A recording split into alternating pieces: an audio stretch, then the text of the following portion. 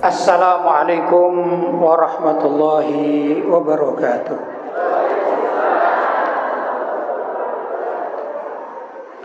Alhamdulillah, wassalatu wassalamu ala rasulillah Sayyidina Muhammad ibn Abdullah wa ala alihi wa sahbihi wa man walah, wa la hawla wa la quwwata illa billah, amma ba'd. Hadratul mukarramin, ma'asyiral ulama al-fudala, ma'asyiral asatidha al-kurama, bapak-bapak, ibu-ibu, hadirin hadirat yang dirahmati oleh Allah, dan tak lupa yang kita muliakan orang tua kita Kiai Haji Muhammad Solehin. Mudah-mudahan beliau senantiasa diberi kesehatan sehingga bisa menyertai kita di dalam kegiatan-kegiatan selanjutnya. Allahumma amin. Al-Fadil Al-Muhtaram, Daifun Al-Kiram, Al-Syekh Muhammad Al-Hamdi,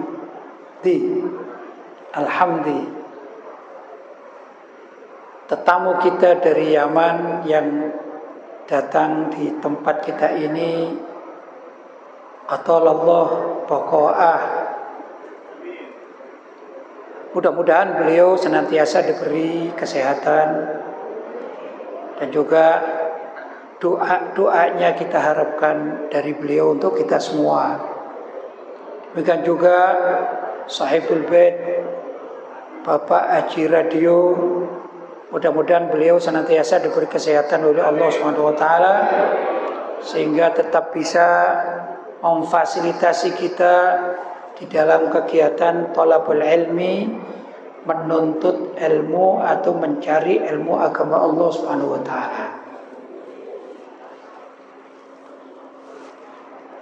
Ibu-ibu, kantosan ngomong ya. Saged Bu? Bu, saged? Pengawasan kula tak ngomong rumiyin panjenengan mirengaken ya. Mangkin wonten griya panjenengan sing ceramah kersane napa suami panjenengan ya, king mirengaken nggih. Pun rame nggih. Bapak-bapak dan ibu-ibu, hari ini kita berada pada tanggal 2 Januari. Kemarin lusa itu tahun baru Masehi, tahun baru yang bukan milik kita. Tahun baru Masehi adalah milik orang-orang Kristian atau orang-orang Nasoro. Kita tidak perlu ikut merayakannya karena bukan milik umat Islam. Namun kalau kita ingin sekedar menjadikan tolak ukur untuk muhasabah, muhasabah itu dari kalimat hisab, menghitung ulang kehidupan kita. Apakah yang kemarin lebih baik daripada sekarang, atau yang sekarang lebih baik daripada yang kemarin? Maka kapanpun waktunya, mulai hari ini boleh, mulai kemarin boleh, mulai esok pagi boleh, kapan saja waktunya untuk muhasabah ini diperbolehkan dalam syariat Islam. Allah SWT berfirman, Bismillahirrahmanirrahim. Yauma idzin tu'raduna la takhfa minkum khafiyah. Yauma idzin, di hari itu, maksudnya di hari hisab, yaumul hisab, hari perhitungan. Tu'raduna, kalian akan disodorkan, maksudnya amalan-amalan kalian akan dilaporkan kepada Allah Subhanahu wa taala. La takhfa minkum khafiyah, yang sedikit pun dari gerakan kita tidak akan terlepas dari hitungan tersebut. Bu, mireng ya? Kalau ibu-ibu mengaji, ngobrol sendiri, besok di akhirat ditanya oleh Allah. Kenapa? Kamu hadir ngaji ngobrol sendiri, kenapa? Itu termasuk la takhfa minkum khafiyah. Sedikit pun gerakan kita tidak bakalan sedikit pun tertutupi atau tidak diketahui. Tidak. Semua gerakan kita akan menjadi pertanyaan di hari hisab. Yaumal hisab. Yauma idzin, di hari itu, tu'raduna, semua kalian dilaporkan. Amalan-amalan kalian dilaporkan. Gimana ini kira-kira kita kalau dilaporkan kepada Allah, berani tidak kita ini berbuat hal yang tidak baik? Bu, berani tidak kita berbuat yang tidak baik, tidak etis, tidak punya etika, tidak punya adab sopan santun kepada Allah? Berani apa enggak? Na'udzubillahi min.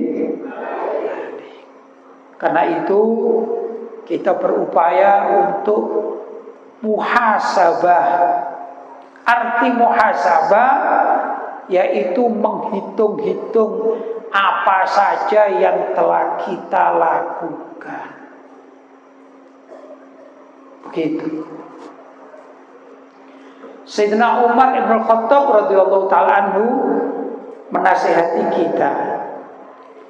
Hasibu anfusakum qabla an tuhasabu.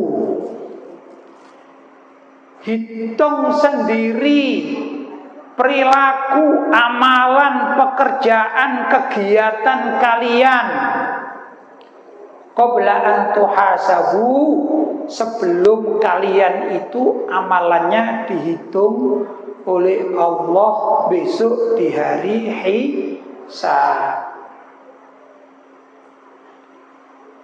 Jadi di dalam keseharian kita ini perlu berhitung. Dulu waktu di SD atau di SMP, waktu sekolah SMA itu ada pelajaran porogabit, hitung-hitungan, matematika, logaritma, dan lain sebagainya. Itu perlu diterapkan dalam kehidupan kita sehari-hari. Suka menghitung. Gimana suka menghitung itu? Tadi, terhitung tadi itu, ya karena sekarang ini bulannya Januari, ya kita sementara waktu menghitungnya itu tepat jam 12 malam. Lebih dari itu dihitung pagi kalau ikut hitungan syamsiah atau hitungan masehi. Tapi kalau ikut hitungan qamariyah ya, atau hitungan hijriyah, maka perpindahan hari itu adalah ba'da adzanil maghrib. Setelah azan maghrib itu pindah tanggal.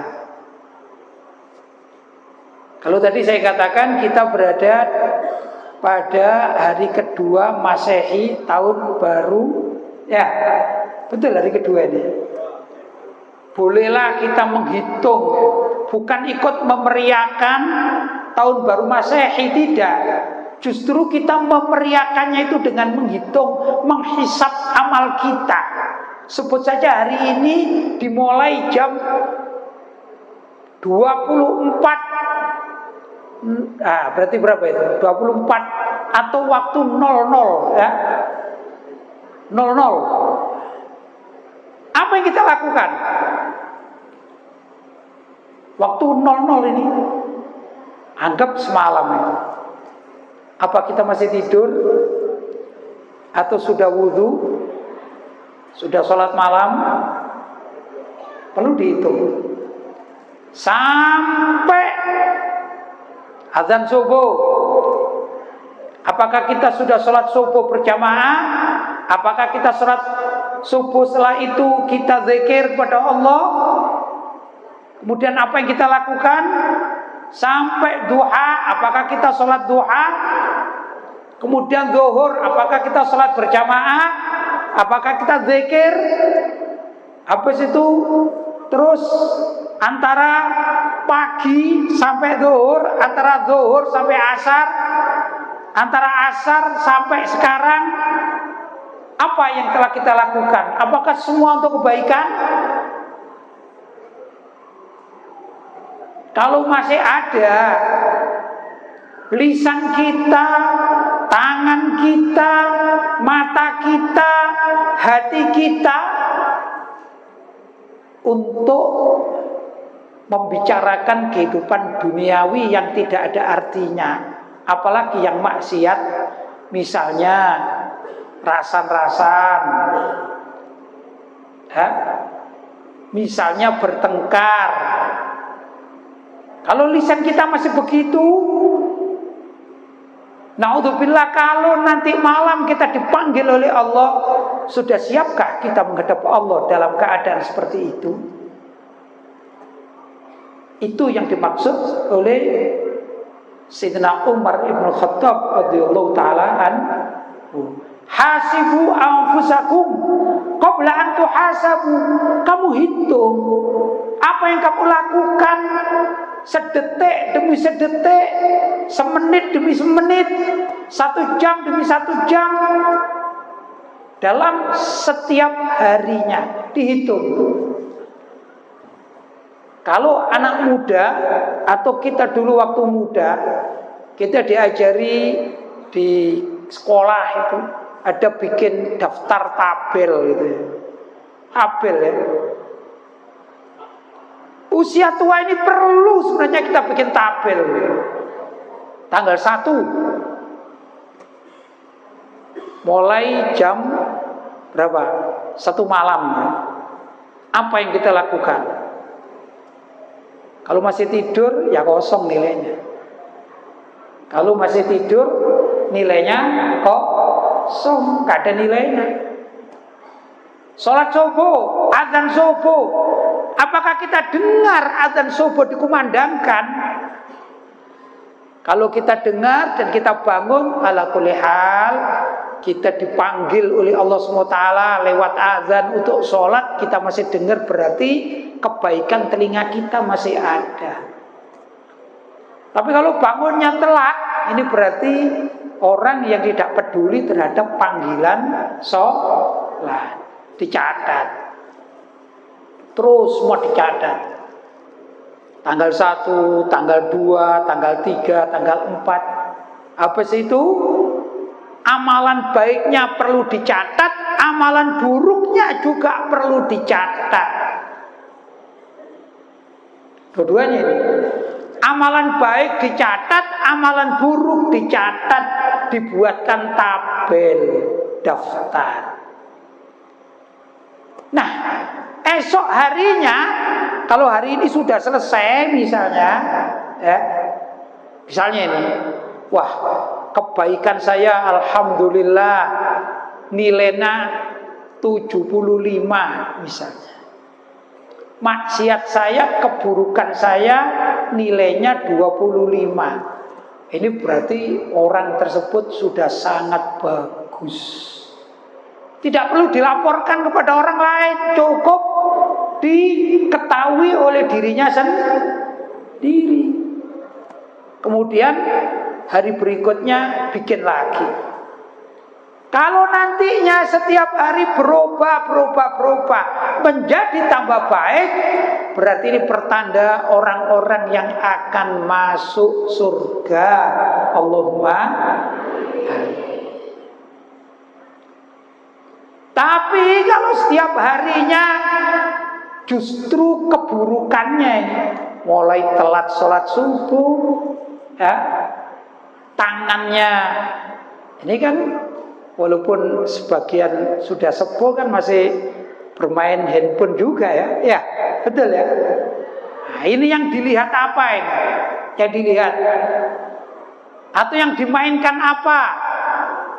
Judi online? Naudzubillah min dzalik. Kalau yang dimainkan judi online. Sekarang kan musim. Betul ibu-ibu? Betul ibu-ibu, musim? Kita bisa menggunakan HP kita untuk mencari uang di rumah saja. Ternyata terlibat judi online. Ada begitu? Banyak. Nah, ini perlu dihitung apa yang kita lakukan. Dengan tangan kita itu apa? Kemudian dengan lisan kita itu apa yang kita lakukan setiap harinya? Kalau setiap hari tambah lama, tambah buruk, naudzubillah min dzalik, rasanya yang seperti demikian ini jalur menuju neraka lebih dekat daripada jalur menuju surga. Itu pekerjaan yang zahir, perlu dicatat semuanya. Kenapa? Agar tatkala yauma idzin, saat itu, maksudnya di hari pembalasan, tu'raduna, kalian ini semuanya akan dilaporkan kepada Allah SWT. Diangkat semua amalan-amalan kalian, dilaporkan. Sebelum hati itu terjadi, maka perlu kita membuat tulisan-tulisan agar tatkala tu'radun, saat kita diangkat amalan-amalan kita ini, bekal kebaikan kita sudah banyak. Itu maksudnya. Jangan sampai menyesal. Itu saya katakan amalan-amalan zahir ya, seperti sholat, pekerjaan sholat itu ya, bangun, wudu, ya, kemudian tadi itu bicara, berjalan, bertemu kawan. Kalau bertemu kawan bagaimana? Senyum atau merengut? Kalau senyum termasuk sedekah. Kalau cemberut tak boleh. Termasuk apa? Maksiat.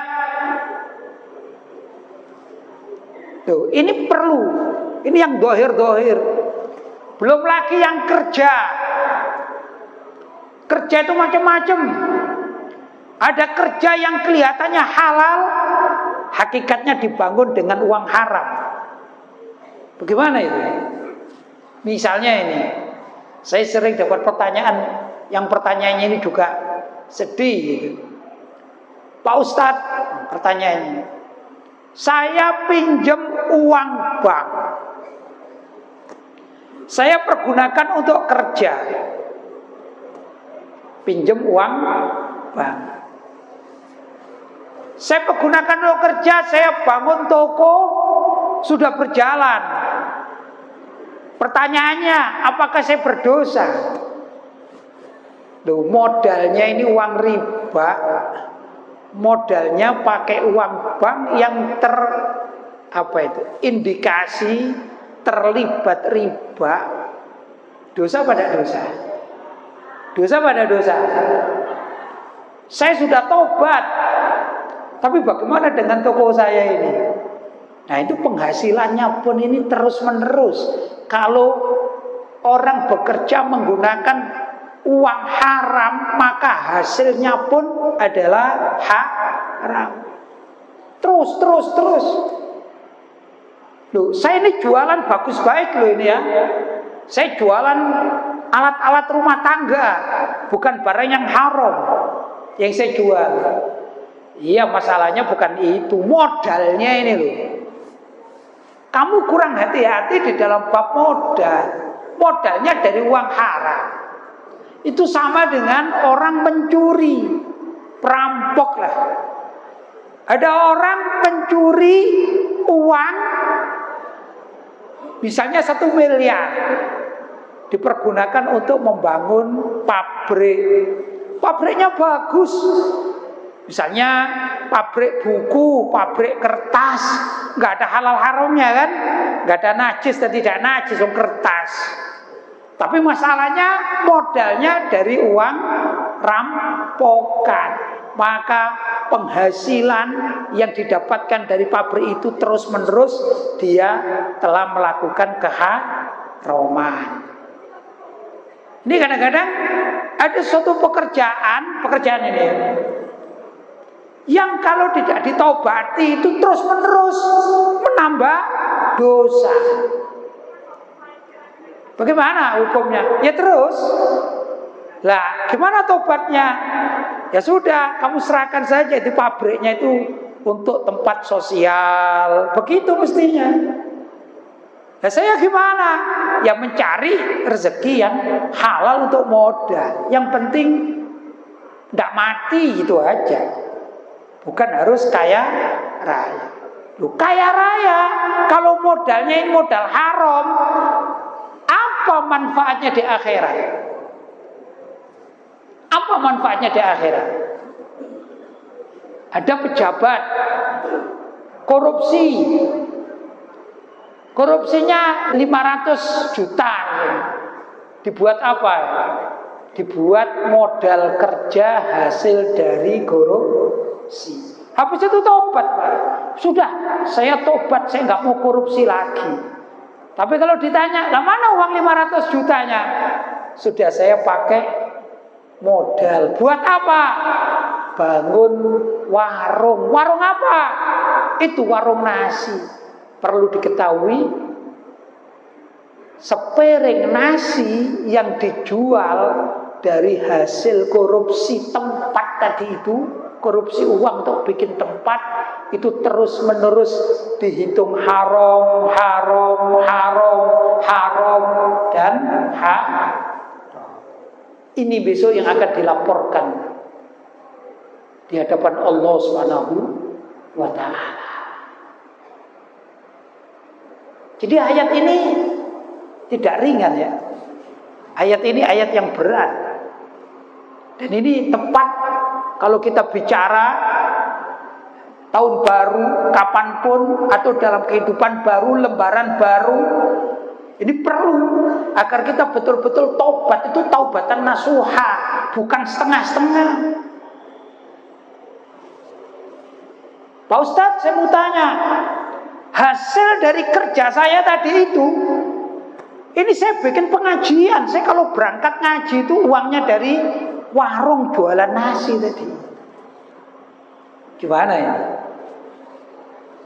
Saya tanya ya, kalau ada orang sholat ya, mulai peci, baju, sarung, ya, kaos daleman semuanya, hasil mencuri dipergunakan untuk sholat, apa hukumnya?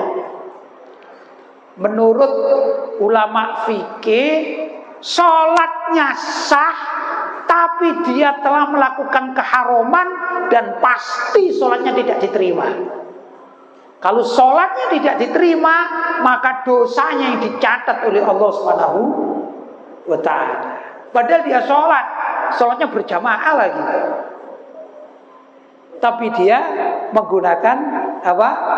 Peci mencuri, baju mencuri. Apalagi sarung mencuri, kaos mencuri, celana mencuri. Menurut ulama fikih, selagi yang dipakai ini suci, sudah dicuci, suci dari najis, maka sholatnya sah. Tapi berhubung dia pakaiannya itu hasil mencuri, maka sholatnya ditolak oleh Allah SWT. Artinya tidak dianggap sholat, berarti dia masih punya tanggungan untuk mengumpulkan atau mencari ampunan dari Allah, sebab sholatnya tidak diterima. Jadi rentetannya panjang ini. Itu yang dikatakan la takhfa minkum khafiyah. La takhfa, tidak sedikit pun tersembunyi minkum darimu khafiyah. Apa saja yang kau sembunyikan, sedetik, sepercik itu tidak akan terlupakan. Ini yang dohir ya ikhwan, bapak-bapak dan ibu-ibu. Amalan yang dohir harus hati-hati. Belum bicara batin ini. Amalan dohir bekerja, berbicara, berinteraksi, membeli sesuatu. Ini ada hitungannya sendiri.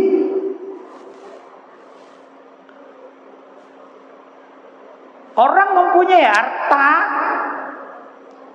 didapatkan bukan dari tempat yang halal, maka sejak dia memiliki harta itu akan dihitung satu persatu. Saya katakan begini, perabot rumah tangga. Perabot rumah tangga. Ada orang beli perabot rumah tangga. Apa itu? Meja, kursi, almari, kulkas, magic chair, apa lagi ya, banyak ya, sapu, ini depan karpet. Apa itu nggak ada hitungannya di hadapan Allah? Semuanya ada hitungannya. Saya katakan karpet misalnya, ini karpet punya siapa? Ditanya, punya saya ya Allah. Kamu belinya bener enggak ini? Sudah bener. Ya apa bener itu gimana? Waktu kamu transaksi jual beli karpet dan kamu pembelinya, kamu menggunakan uang halal apa uang haram? Itu ada hitungan sendiri. Ini baru karpet, belum kursi. Karpet kamu pakai apa? Semuanya ada hitungannya. Kursi kamu pakai apa? Saya juga punya televisi. Kamu pakai apa televisimu? Kamu pakai apa? Nyetel pengajian-pengajian, atau kamu pergunakan untuk mendengarkan dangdut ria? Semuanya ada hitungannya di hadapan Allah Subhanahu wa ta'ala. La takhfa minkum khafiyah. Sedikit pun tidak ada yang terlepas dari hitungan Allah Subhanahu wa ta'ala. Karena itu Nabi Muhammad SAW dalam kehidupan beliau pada akhir masa, beliau itu memilih menjadi orang miskin. Apakah beliau tidak bisa bekerja? Siapa bilang? Nabi Muhammad itu adalah orang yang menjadi manajer terbaik di zamannya. Manajer terbaik di zamannya. Manajemen di dalam perdagangannya ini terbaik di zamannya. Itulah Nabi Muhammad Sallallahu Alaihi Wasallam. Tatkala beliau mengambil modal dari Siti Khadijah, demikian juga dengan beberapa orang Arab saat tersebut mengambil modal. Apa yang terjadi ya ikhwan?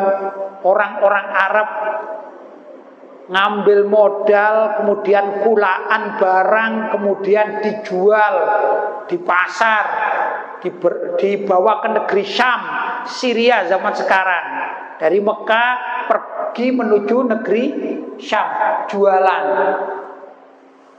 Itu dalam riwayat, kadang-kadang mereka 1 bulan, 2 bulan dalam perjalanan itu baru pulang. Sebut aja 2 bulan. Dari Mekah pergi ke Syam, jualan di sana, menunggu barang habis. Setelah 2 bulan mereka pulang. Itu rata-rata orang-orang Arab zaman tersebut. Tatkala Rasulullah diajak paman beliau yaitu Sayyid Abu Thalib, maka Rasulullah berusaha untuk berdagang bersama pamannya. Sekali berdagang, 2 kali berdagang, akhirnya Rasulullah berpikir, kalau model kayak masyarakat Arab ini, maka keuntungannya kurang jos. Maka tatkala masyarakat Arab yang berjualan itu jualan secara eceran, Rasulullah mempunyai metode baru. Manajemennya diganti, yaitu jualan grosir. Apa jualan grosir? Mengambil keuntungan sedikit tapi cepat habis, kemudian segera pulang ke Mekah, mengambil modal lagi, ya, kemudian balik lagi. Jadi kalau masyarakat orang Arab zaman itu sebut saja 2 bulan perjalanan, sekali berjalan Nabi Muhammad dalam 2 bulan bisa 2 kali kembali Mekah ke negeri Syam. Sampai Siti Khadijah jadi heran-heran. Ini bagaimana ini pemuda ini kok hebat sekali. Belum 2 bulan dia minta modal dan dikembalikan sesuai dengan perjanjiannya. Kenapa? Itulah hebatnya Nabi Muhammad di dalam dunia bisnis. Tapi tatkala beliau diangkat menjadi seorang nabi, semua pekerjaan ditinggalkan dan beliau memilih menjadi seorang miskin. Kenapa? Karena di akhirat orang miskin itu hitungannya, hisabnya itu lebih sedikit. Kalau orang kaya punya almari 2, orang miskin punya almari 1, maka si miskin ditanya sekali, si kaya ditanya 2 kali. Si miskin itu ditanya, si miskin, dari mana kamu punya almari ini? Kalau jawabannya tepat, saya dapat warisan dari bapak saya. Lumayan ini, agak aman ini ya, karena dapat warisan. Tidak ditanya, kamu belinya dari mana, pakai uang apa, kamu bener tidak transaksimu sesuai dengan syariat tidak, ijab kabulnya cocok apa enggak. Tidak pakai begitu, karena jawabannya almari saya ini adalah warisan dari bapak saya. Sudah selesai. Orang kaya yang mempunyai 2 almari ditanya 2 kali. Almari yang A ini kamu dapat dari mana, belinya bagaimana, transaksimu bagaimana, sudah sesuai dengan syariat atau tidak, jual belimu, hasil rezeki yang kamu berikan pun apakah sudah sesuai dengan syariat. Ini menjadi pertanyaan sendiri. 1 selesai, pindah ke lemari B. Itu kalau punya 2 almari. Bagaimana kalau punya 10 almari? Terus. Karena itu Nabi Muhammad memilih menjadi seorang fakir, miskin, bukan karena beliau tidak bisa bekerja, tapi namanya pilihan hidup Nabi Muhammad Sallallahu Alaihi Wasallam. Kalau kita gimana? Tergantung kita masing-masing. Boleh enggak kita menjadi orang kaya? Boleh. Seperti Sayyidina Utsman bin Affan menjadi orang yang kaya raya. Tapi semua hartanya diperuntukkan untuk kepentingan jihad fisabilillah. Itu Sayyidina Utsman bin Affan. Beliau tidak mempunyai sedikit pun gharad duniawi, kepentingan duniawi. Apa yang beliau miliki diperuntukkan untuk umat Islam. Itulah Sayyidina Utsman bin Affan. Tapi itu pun kelak di akhirat dibandingkan dengan Sayyidina Abu Hurairah radhiyallahu taala anhu, yaitu seorang sahabat yang fakir miskin, tidak punya apa-apa, sampai beliau ini minta tolong, minta izin kepada Nabi untuk hidup di beranda masjid sekaligus mondok kepada Nabi. Maka Nabi membuka pesantren namanya Ahlus Suffa. Salah satu muridnya adalah Sayyidina Abu Hurairah radhiyallahu taala anhu. Beliau hidupnya cuma mengaji dan mengaji. Terkadang sampai kelaparan. Itu Sayyidina Abu Hurairah radhiyallahu taala anhu.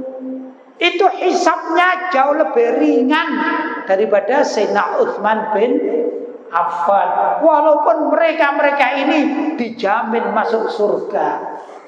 Gimana dengan kita? Apa ada yang menjamin kita masuk surga? Tidak ada. Kalau para sahabat radhiyallahu ta'ala anhu, khususnya beberapa orang ada yang namanya al-ashrul mubasysyaruna bil jannah, 10 orang yang dijamin masuk surga, termasuk Sayyidina Utsman bin Affan.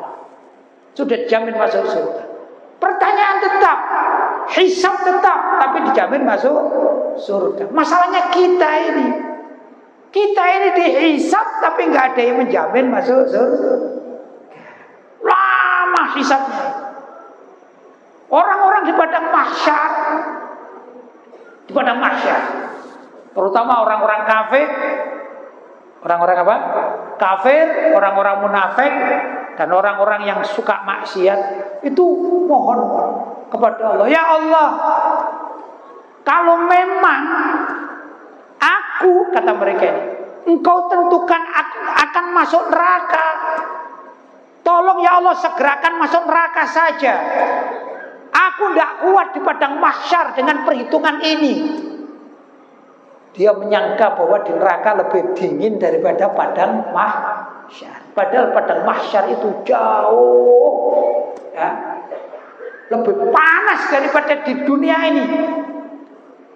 Sepanas-panasnya di dunia ini, ya ikhwan, kalau dikumpulkan jadi satu, dibandingkan dengan panasnya padang mahsyar, nggak ada apa-apanya. Apalagi kalau dibandingkan dengan panasnya neraka. Na'udzubillahi min dzalik. Gimana gambarannya padang mahsyar? Ini dalam rangka hasibu anfusakum qabla an tuhasabu. Hitunglah amalan-amalanmu, kamu hitung sebelum kamu dihitung oleh Allah. Dalam riwayat hadis ada beberapa riwayat, di antaranya bahwa kelak di padang mahsyar itu jarak antara matahari dengan kepala itu satu zira itu 1 hasta. Saya tidak bisa membayangkan gimana itu. Mungkin lebih mudah saya katakan. Gambaran kita manusia di dunia ini. Ini kan ada masjid, ada menaranya ya. Loh, matahari itu ada di menara masjid. Gimana rasa panasnya? Sekarang kita ya, orang Malang loh, padahal Malang ini kan daerah dingin. Tapi kan ada musim-musim panas kan. Bukan seperti Pasuruan, Surabaya. Malang loh ini. Di musim panas yang tidak hujan. Coba ada seorang yang berada di jalan aspal, jalan raya. Dia tidak pakai baju, tidak pakai sandal, tidak pakai baju, tidak pakai sandal. berada di tempat jalan beraspal itu mulai jam 11 sampai jam 2 siang. Apa yang dirasakan kira-kira? Kuat kira-kira? Kuat dah. Ini di daerah dingin loh Malang. Saya tanya, kenapa tidak kuat? Karena sengatan terik matahari. Tidak kuat. Di Mekah, saya pernah hidup di Mekah 5 tahun, di Madinah 3 tahun. Itu ada istilah namanya Dorbatus Syams. Penyakit Dorbatus Syams yang mematikan. Apa itu?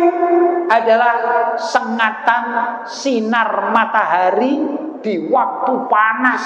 Saya pernah mengalami panasnya di Mekah itu antara 40 sampai 50 derajat Celcius. Itu masyarakat jarang yang keluar rumah karena kalau terkena sengatan matahari itu sudah pening dan bisa semaput bahkan mati. Namanya Dorbatus Syams. Udara, anginnya namanya angin semu. Jadi kalau kita duduk di sini ini terkena angin dari luar sana di siang hari luar biasa, seperti kita sedang di dekat perapian atau dekat bara api yang menyala-nyala, begitu Pak. Saya tanya, jarak matahari dengan Malang sini, bumi Malang, atau juga dengan bumi Mekah, itu berapa kilometer? Jutaan kilometer. Gimana kalau mataharinya ditarik sampai di menara masjid, Pak? Bu, itu kondisi besok-besok di padang mahsyar. Bahkan orang itu saking panasnya dia berkeringat, meneteskan keringat, dan keringatnya ini terus mengucur sampai menenggelamkan dirinya sendiri. Orang itu tenggelam di genangan air keringatnya sendiri. Betapa panasnya di padang mahsyar. Dan di situ dihisab. Dia bakal dihisab, dihitung amalannya. Itulah resiko kalau kita hidup macam-macam di dunia ini ya. Mudah-mudahan kita diampuni oleh Allah Subhanahu wa taala. Mudah-mudahan semua kesalahan kita dimaafkan oleh Allah Subhanahu wa taala. Itu baru saya katakan terkait dengan barang-barang, benda-benda atau amalan-amalan zahir kita. Belum kita bicara masalah hati.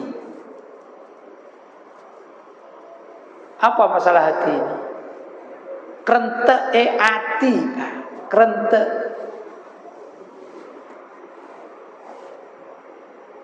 Suatu saat Rasulullah Shallallahu Alaihi Wasallam mau sholat. Beliau itu mau sholat.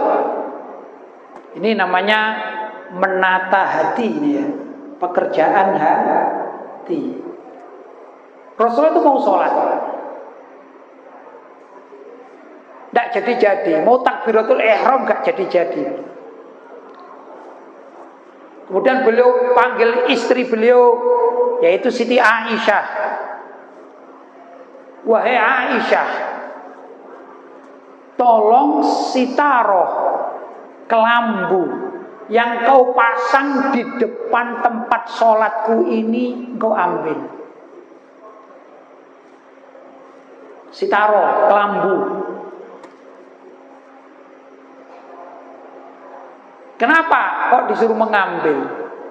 Karena sitaro atau kelambu pembatas yang di depan sholat tempat Nabi Muhammad kalau sholat sunnah, bukan di masjid, di rumahnya ya. Itu ada motif ya, mungkin motif bunga, ada juga motif relief ya, atau ornamen. Sehingga Nabi kalau mau sholat itu tidak bisa khusyuk melihat motif tadi itu.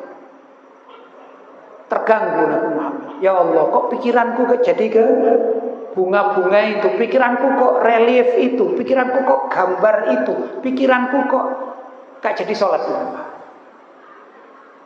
Kenapa? Karena hatinya terganggu oleh gambar tadi.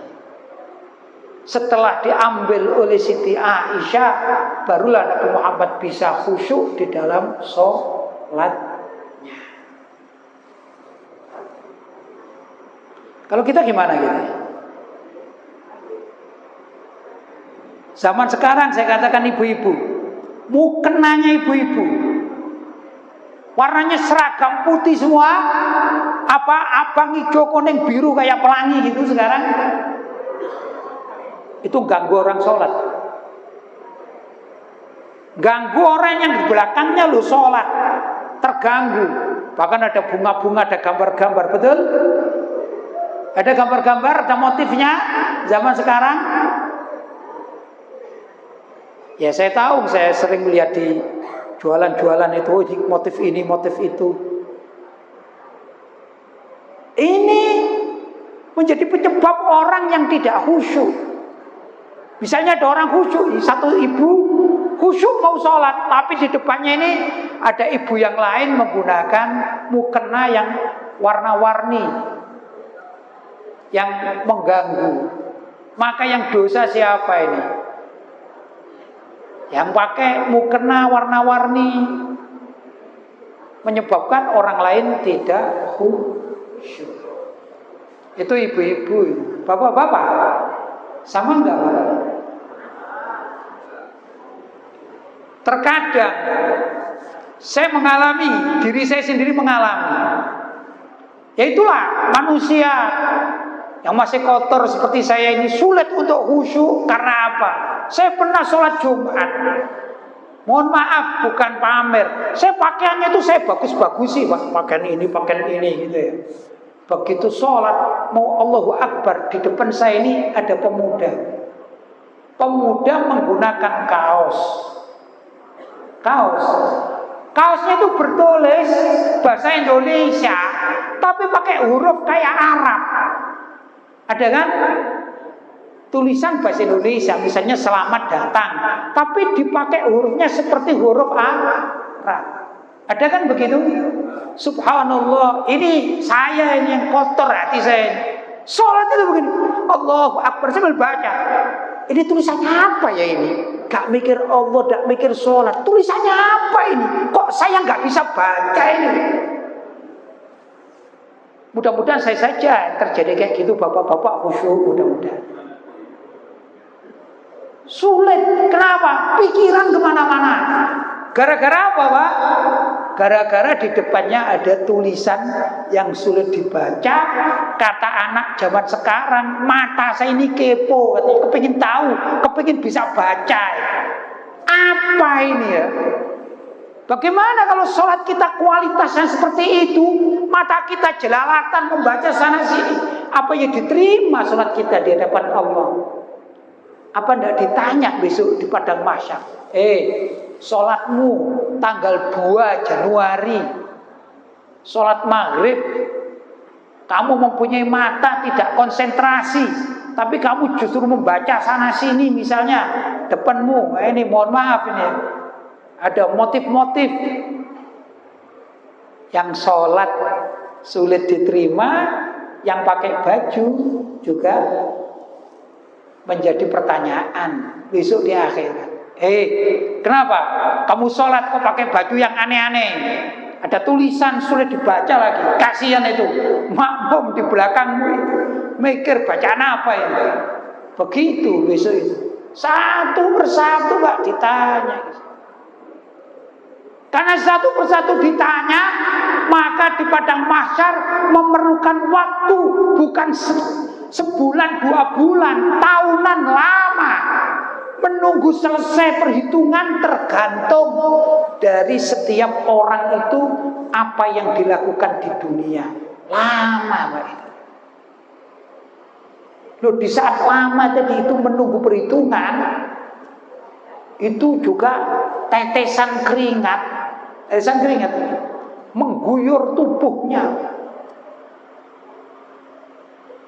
Karena itu orang-orang kafir, orang-orang munafik, orang-orang ahli maksiat sampai mohon kepada Allah, ya Allah, kami tidak kuat di padang mahsyar ini. Sudahlah, kalau kami memang perlu masuk neraka, kami sekarang masukkan neraka saja. Tidak kuat kami di padang mahsyar. Mereka kira di neraka lebih dingin. Tapi perlu ketahui, padang mahsyar seperti itu besok. Satu persatu akan ditanya. Luar biasa. Itu dikatakan dalam ayat yauma idzin tu'radun. Yauma idzin tu'radun. Saat itu kalian semua akan diangkat, semua amalan kalian akan dilaporkan, dihitung satu persatu. La takhfa minkum.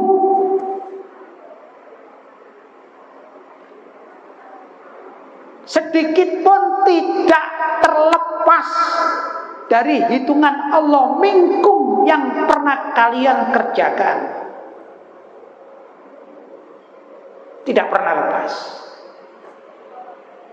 Karena itu ya ikhwan, saya mengajak pada diri saya sendiri, juga kepada semua bapak-bapak dan ibu-ibu, ayo kita belajar menjadi orang cerdas, menjadi orang yang baik, menjadi muslim yang hakiki, muslim yang beriman.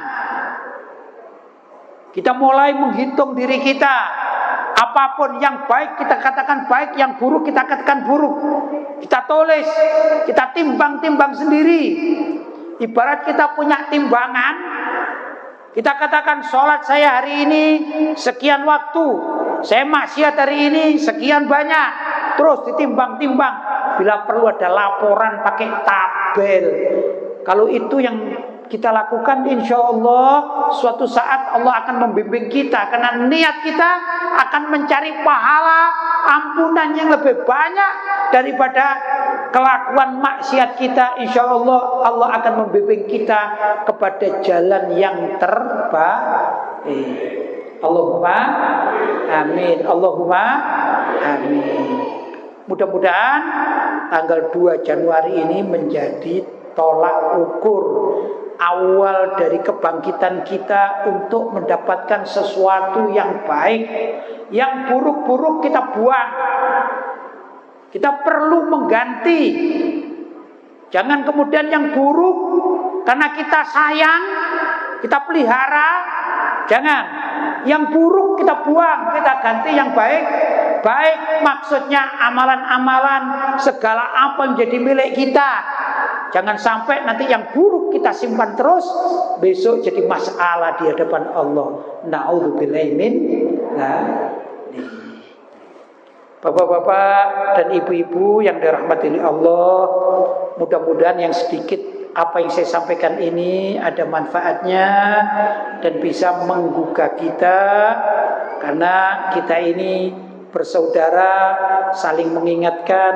Fadzakir fa inna dzikra tanfa'ul mu'minin. Saling mengingatkanlah, sesungguhnya peringatan itu sangat bermanfaat bagi orang mukmin. Mudah-mudahan kita mendapatkan peringatan-peringatan dan kita jadikan muslim dan mukmin yang sejati. Barangkali itu dari saya, kurang lebihnya mohon maaf yang sebesar-besarnya. Hadza wal afu minkum. Wassalamualaikum warahmatullahi wabarakatuh. Mohon doanya Kiai Muhammad Salihin yang sepuh.